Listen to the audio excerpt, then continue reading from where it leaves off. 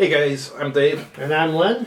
And welcome to Wargame Chat. Today we're going to talk about our favorite admirals. Actually, Len's going to do most of the talking. I'm not much of a naval player. I play naval games once in a while, but he knows the history really well, whereas I just have a rudimentary knowledge of it. So the first one I would pick would probably be Nimitz, the guy who won the Battle of Midway. Okay. I was thinking that rating the admirals is a little different because unlike the generals who may be like political leaders along with me, admirals tend to be famous for like one main battle, and that's it. Actually, that's true. Yeah, now that I think of it. George Orwell even noted he couldn't think of a country that was overthrown by their navy. Yeah, the army may overthrow, but the navy's all over the world, and they don't feel like doing anything. So.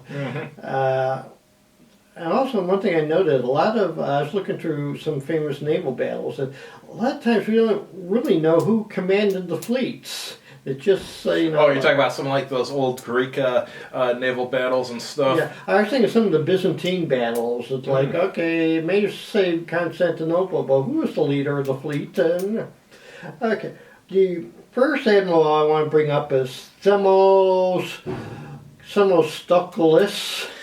He was Greek, right? Yeah, Greek, at the Battle of Salamis at 450 BC. This is the famous battle after the Spartan 300 glory hogs died, of course opening the road for the Persians to burn Athens. He devised this clever way of getting the Persians to come into this narrow strait and bay, and then he ambushed them and beat the hell out of them. And it's always considered the Battle of Salamis in 4 AD as the battle that saved democracy.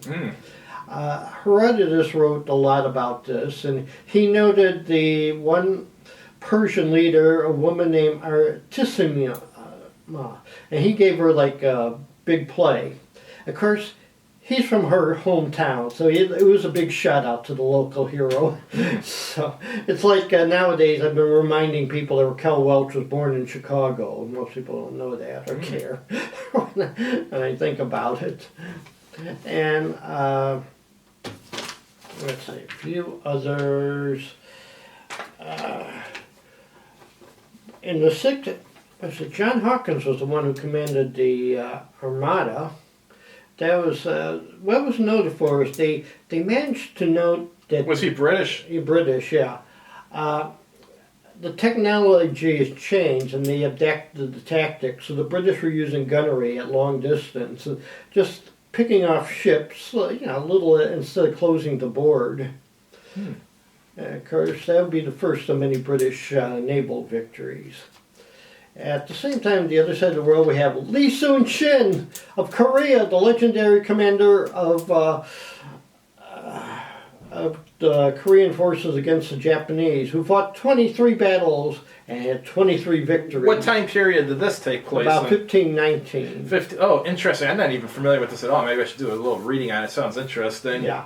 He had a nice television series. The Korean network had one, 104 episodes. 104? Yeah. Wow. They wanted these. At the time, this was in the 90s, and there was a website that explained like the series, like who's fictional, and also some changes. Like at one point, Lee Sun-shin is dismissed by the King of Korea because he's jealous. He was worried about Bonapartism before there was a Bonaparte. And the command of the fleet was given to a guy named Kuyong, who led the fleet into a disaster. They lost big time. The only ships to survive were 8 ships that deserted before the battle started. Oh, wow. But in the next battle, this is typical, he was outnumbered 10-1, but he tricked the Japanese into coming through this narrow strait at a certain time of day. What the Japanese did not realize, they had, at low tide, they had planted some pylons. So you could float over them at high tide when Japanese came in, and he just waited. At a certain point, the tide went out, and the ships got impaled, and Lee Sun-shin killed off whoever was left. It's like he knew all the tides and the area. So he used terrain against the Japanese invasion. Actually, the Japanese invaded Korea because they had the shogun had this plan to take over the world, and basically Korea was the road bump, the speed bump on the way to China. Gotcha. And he found out that Korea was a little tougher than he imagined. It sounds like a lot tougher than you imagined. Yeah. Okay. Actually, until 1700, there were a lot of military leaders who were both admirals and generals. After 1700, naval command became a specialty. Because I think, it became more complex. You had to know a lot of, navigation, a lot of, the ships were more complex and everything. So, one of the admirals I like was Sir Edwin Hawken at the Battle of Cambarian Bay. To give you this is during the 7 Years' War. They were fighting outside of Cambarian Bay where the French had a port. The storm came up. Now the French, being sensible people, went into the bay. I mean, it is their port. And the British are riding it out or anchoring themselves. The Admiral, Sir Edwin Hawke, said, "These Frenchmen know their business. Follow them in."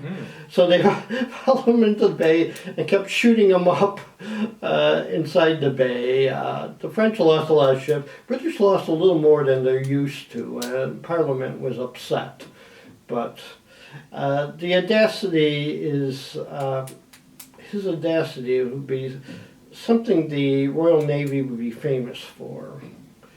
But another admiral, a little later, Pierre Suffren, I call him a lot of times... He's French, I'm going to assume. Yeah. An admiral just fought like 1 or 2 battles a lifetime. I lost track of the number of guys he attacked. He was famous for wooden ships and iron men, the Suffren versus Hughes scenario, the campaign scenarios, because he fought a lot in the Indian Ocean. He fought around the South Atlantic and the Mediterranean. There was one battle, he actually wasn't commanding, but the Spanish War, and they defeated a British convoy that caused such a panic on the London stock market that the government almost collapsed. Of course, the thing is you got to understand is the Spanish fleet had 30 ships of the line, the British had only a couple, I think a few more frigates, so they were greatly outnumbered. But even the great qualities of the Royal Navy couldn't handle it when you're outnumbered. Who was that English admiral? I can't remember his name.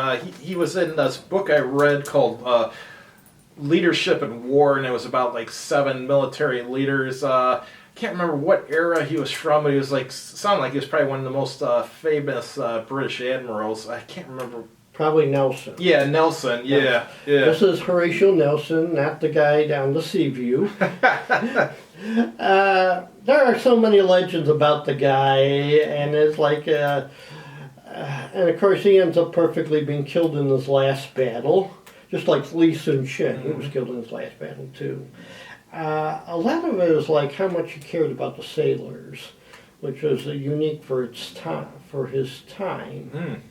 So the idea, and also there was the legend is that the Royal Navy was restricted by fighting instructions, that you couldn't leave the line of battle, and he was, if you think it's good and you get close to the enemy, go for it. Yeah. I'll support you. You put your boat right next to the enemy, and I'll support you.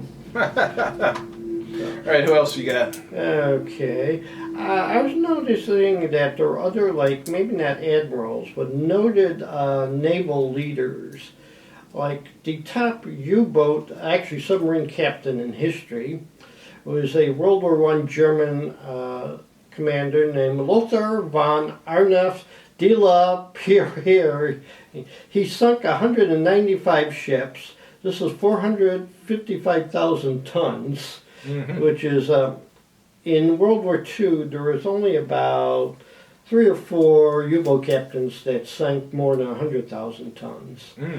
He mostly did it with his deck gun. He only fired 74 torpedoes, but 39 of them hit, so that must count for something. Mm-hmm. And he sank all the ships in the Mediterranean. You got to remember, in the Med, in those days, you didn't have sonar or radar or long-range patrol planes, so you could surface and do the cruiser rules. Mm-hmm. Yeah.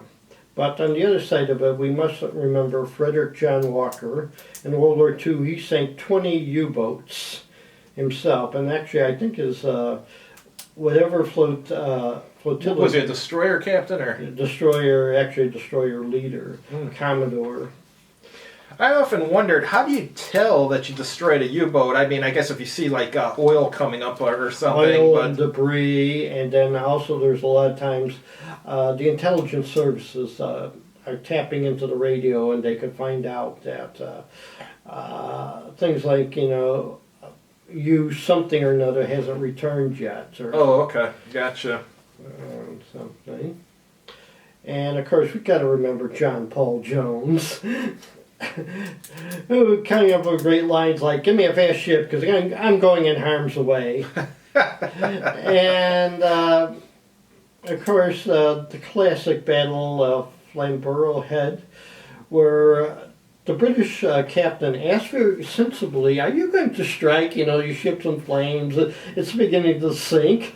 And he responded, "I've just begun to fight." Well, you better hurry it up. So he boarded the British ship and took it over. Interesting.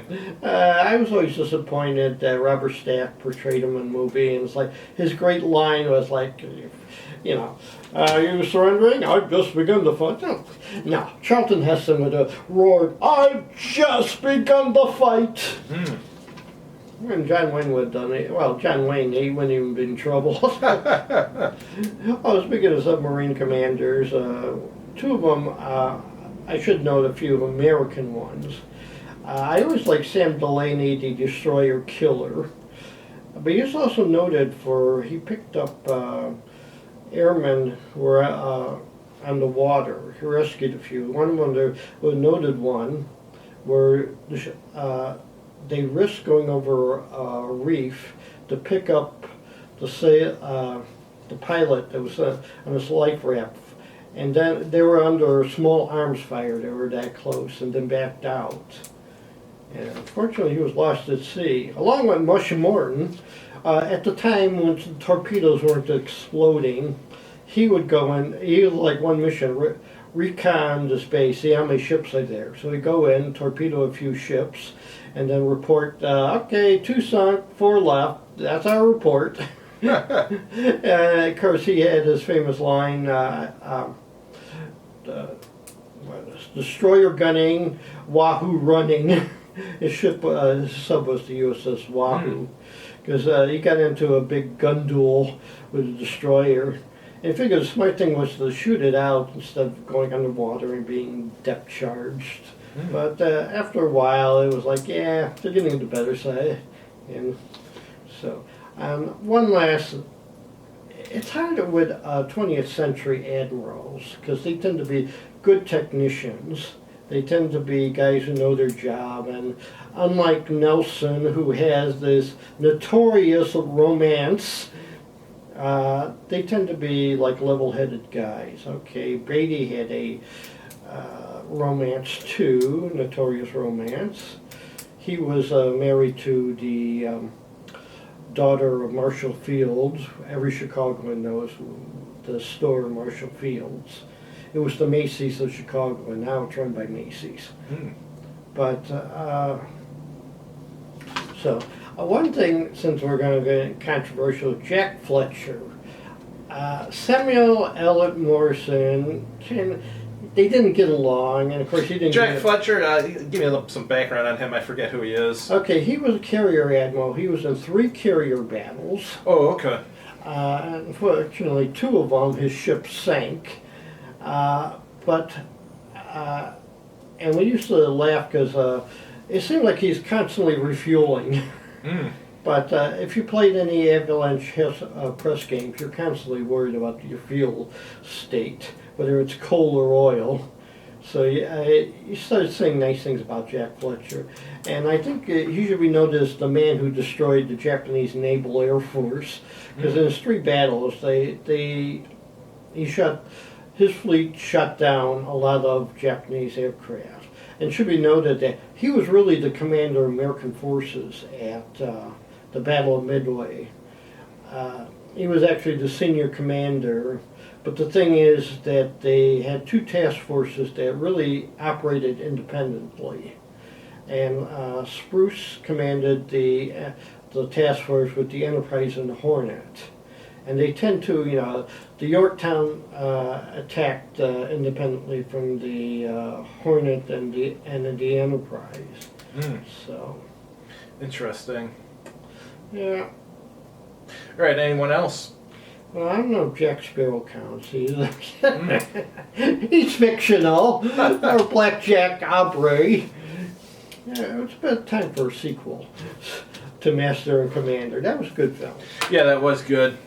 So, you got anything else? No, nothing I can think of. And I don't know, Quentin McHale's another fictional character.